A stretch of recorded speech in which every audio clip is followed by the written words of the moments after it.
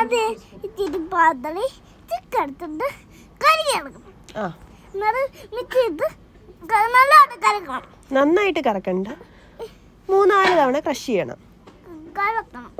എന്നിട്ട് നമ്മൾ കുറച്ച് ഉപ്പും വെളുത്തുള്ളിയും, എന്നിട്ട് കുറച്ച് കുരുമുളക് പൊടിയും, ഇച്ചിരി മുളക് പൊടിയും, ഇച്ചിരി മല്ലിയിലയും മയണൈസ് കൂടി ചേർത്ത് നന്നായിട്ട് ഇളക്കും.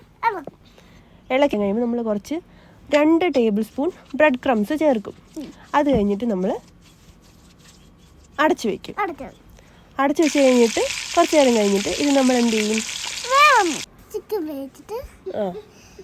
ബണ്ണെടുത്ത് ചൂടാക്കാൻ വെക്കും. അത് കഴിഞ്ഞിട്ട് ബണ്ണിനകത്ത് മയണൈസ് തേക്കും. അത് കഴിഞ്ഞ് നമ്മൾ ചിക്കൻ എടുത്ത് വയ്ക്കും. അതിൻ്റെ മുകളിൽ തക്കാളി വെക്കും. അതിൻ്റെ മുകളിൽ എന്തുവാ? സവാള. അത് കഴിഞ്ഞ് എന്നിട്ട്